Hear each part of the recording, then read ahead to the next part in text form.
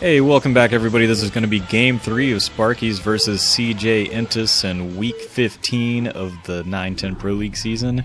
This is going to be awesome Zerg versus Zerg, YellOw versus sAviOr.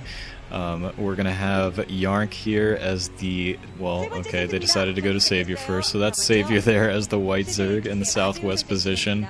YellOw is going to be the Teal Zerg in the northeast position, right there.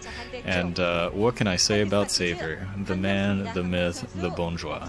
He is awesome, and it's awesome how sAviOr, who, I mean, sAviOr was probably playing StarCraft while Luxury and YellOw were still in the crib. That's definitely an exaggeration because they're probably only, you know, sAviOr might be a year or two older than YellOw, but in terms of career, like, sAviOr has just been around and dominant. You know, he was hugely dominant in like 2005, 2006. And he is still getting wins. He won the Heritage League recently, earlier this year. Well, I guess it's 2010 now, so that would be last year in 2009. And he, you know, he's doing all right in Pro League. He's 4-6, which is better than most of the Sparkyz players can say, including YellOw, who is just 3-7 this season. YellOw, in his favor, is 2-1 against Zerg. And won his last match against Roro, so maybe his Zerg versus Zerg skills haven't been slumping as much as he has been in general, and it looks like this is going to be a 12 hatchery. Yes, 12 hatch coming from sAviOr, so sAviOr very early, and it looks like another 12 pool from YellOw. I think he did a 12 pool in his last game against Roro, and I really like that play, and I still like it because you know, obviously you've got to change up your strategy sometimes, but I don't know why most Zergs don't go for 12 pool almost all the time. They are playing on match point, by the way, so it is a 2-player map. So scouting information will just be information for, you know, for strategic purposes rather than location finding purposes, but both, and YellOw after the 12 pool is going for an expansion, so he is going to be in good shape economically, and he should be in pretty good shape to he might be in a little bit of good shape to do a little bit of early attacks against sAviOr, but more likely than not he will just tech up, and both of these players are content to sit on 2 bases and go to Mutalisks. So the first Zerglings are out, and we're going to see if YellOw is going to try to put on a little bit of pressure. It looks like sAviOr is just now getting his, well, I guess both of the Overlords are just getting to the other players' bases, so they're getting a first indication of what each other have done.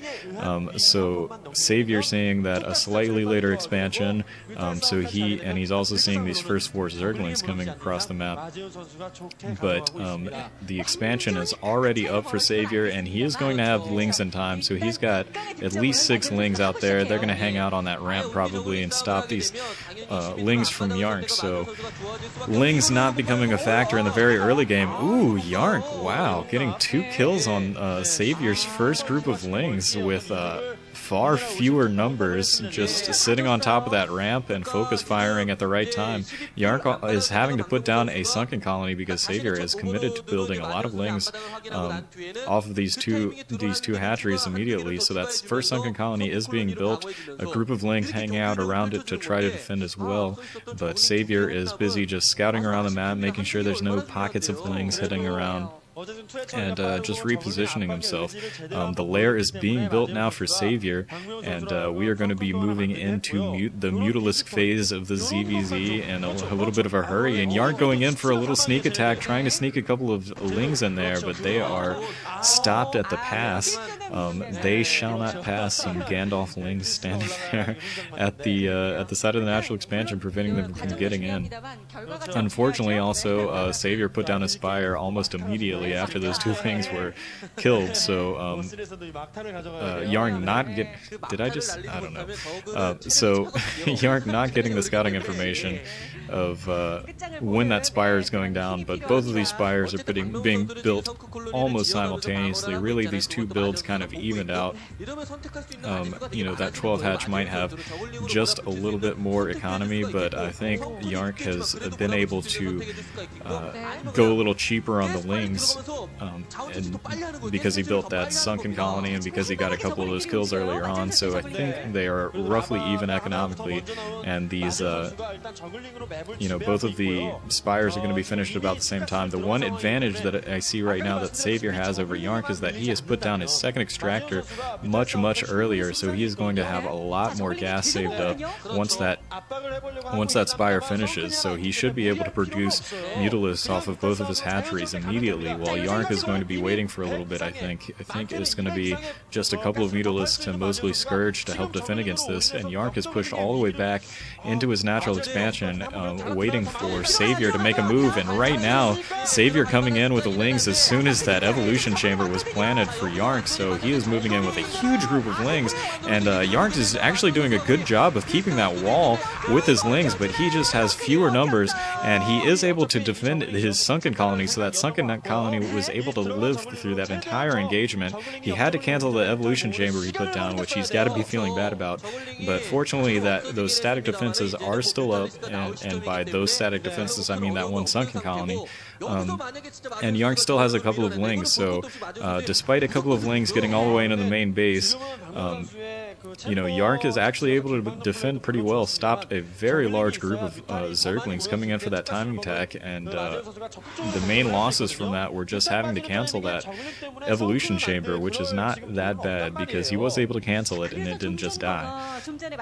And the first Mutalisks are out, and already sAviOr has a huge Mutalisk advantage. Like I was saying, he has been saving up gas, and he looks like he's already got 6 Mutalisks built. He also has that one ling that managed to escape all the way into Yarn's base, and it is still going around and scouting exactly how many Mutalisks are being built. It looks like the Mutalisk counts have been evened up pretty much. It's hard to tell because now they're all stacked up and everything, but I think also sAviOr has been going a little bit light on his drones.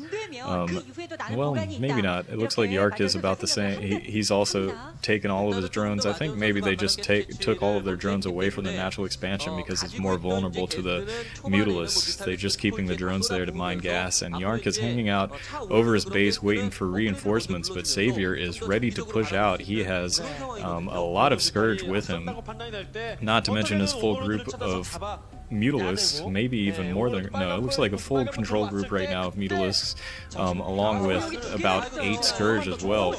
Overlords all around this area, sAviOr trying to scout them out and being able to snipe them, finally finds one, almost wasn't able to find it, but fortunately able to get it, but not finding that group of 2 that Yarn has hanging around.